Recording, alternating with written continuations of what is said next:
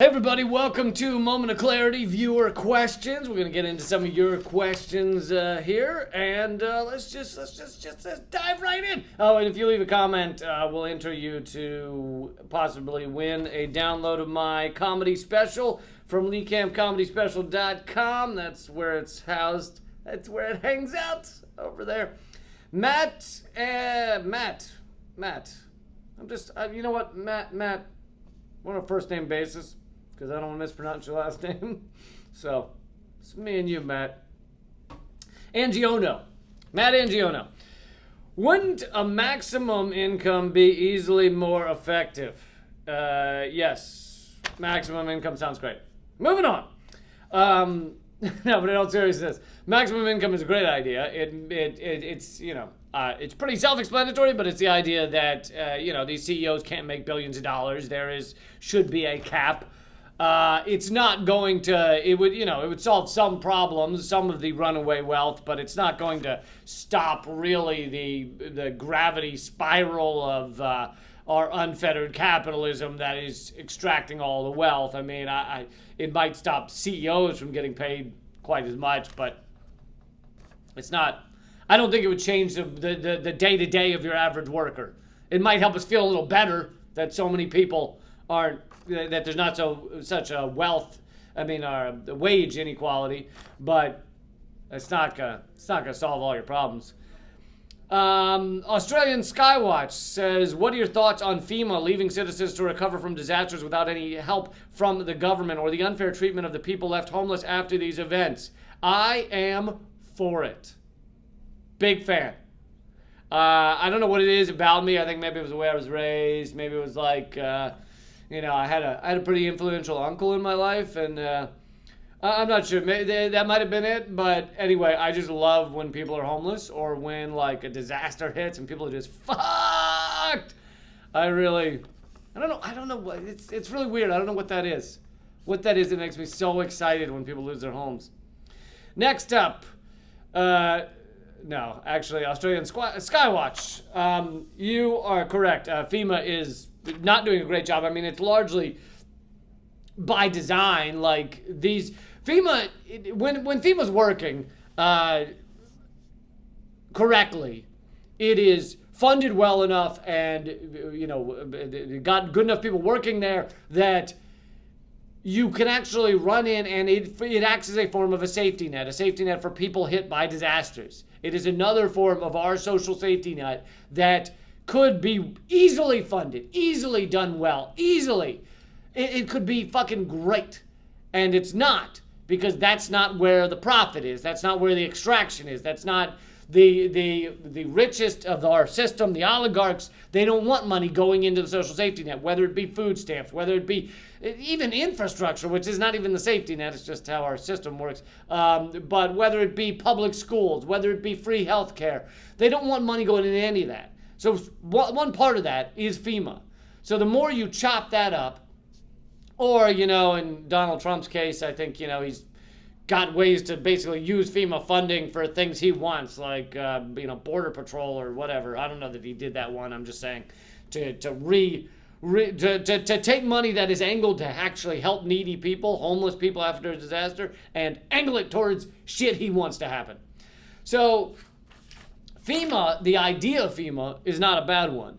The way it is largely being used right now is not great. And a recent study, which I covered on Redacted, I'm not going to remember the numbers, but showed that FEMA, one of the things FEMA can do is they can buy you out of your house if you want. Basically, a disaster hits, your house is flooded, FEMA says, hey, we'll buy that house from you because your house is fucked. You're not going to want it. You're not going to want to be in this neighborhood anymore because the whole neighborhood's fucked. So we'll buy it for a reasonable price. It turns out they are far, far more likely to offer that buy-up program to people in wealthier neighborhoods, to whiter neighborhoods. So even there, even in a system like, or a program like that, they are using it to help the less oppressed, to help the people that have it easier, to help the wealthier. They are buying up the wealthier homes when needed. So even there, they're being fucking douches. Douchebag Central right there. Gordon Z said in response to one of the other redacted videos, hey, why is it that John Oliver is next on my auto playlists? Basically, the YouTube algorithm is playing John Oliver after Redacted tonight. Well, so a couple of things about John Oliver. I used to know him when I was performing in New York, and I like the guy. Sorry, this is getting in my face. I like the guy. I think he's super nice, and he's one of the funniest comedians I've ever seen work, and just seemed super genuine and super nice. However, his show, some of the time, and I don't watch the show regularly, so I can't give you percentages here, but some of the time is doing just full-on State Department propaganda, and to me it's sad to see. I know he did. I watched the one that was full-on just State Department talking points about Venezuela. Same about China. He did one like that. He did one just tearing apart the Green Party with nonsensical arguments that if you actually know the Green Party, if you knew this was back in 2016, if you knew what Jill Stein stood for back then, none of it added up. It was just a straight-up attack piece. And so that shit, where's it coming from? Well, I don't know the guy well enough to know whether he's taking marching orders, whether he just, loves reading State Department press releases, and he's like, I'll just read these on the air. I don't know. I don't know where it's coming from, but yeah, it saddens me.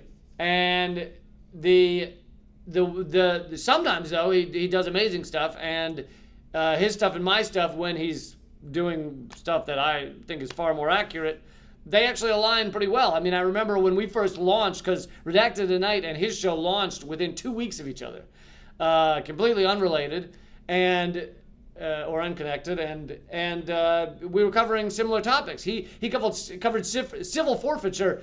It was like 2 weeks after I did, and then I covered something 2 weeks after he did, and it wasn't because we were watching each other. It's just because these were the things we care about. Civil forfeiture is where police steal people's property, sometimes when they weren't even connected to a crime. It could be a crime happened in your yard, and sometimes they'll steal the house. And we have now gotten to a point in this system where civil forfeiture, the cops stealing property, it beats out the amount that's stolen from street crime, street theft. So the cops are stealing more than the fucking people on the street stealing. That's how insane it is. He and I covered that similar time periods, and it goes to show. At times he's doing great stuff, and at other times, I don't know what gets into him. But I also don't know the guy well. Our interactions were quick and short in New York, and I was performing in Scotland with him, and so I can't speak to what he's actually thinking or where that stuff comes from. But anyway.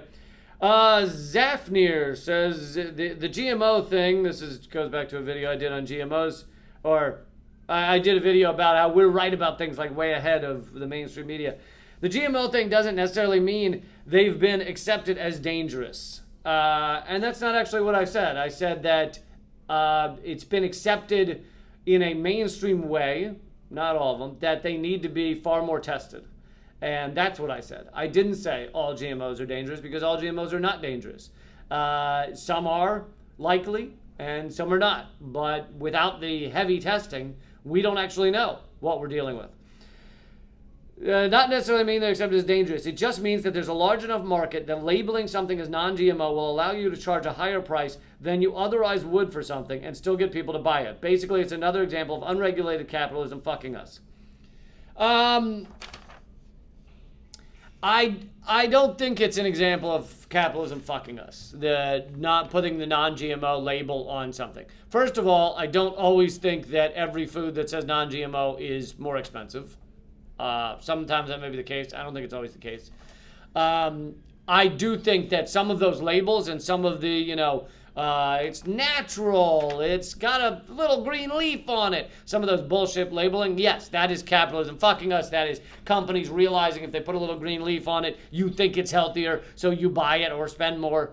Yes, absolutely. I'm not denying that the exploitation of capitalism is fucking tied up in this.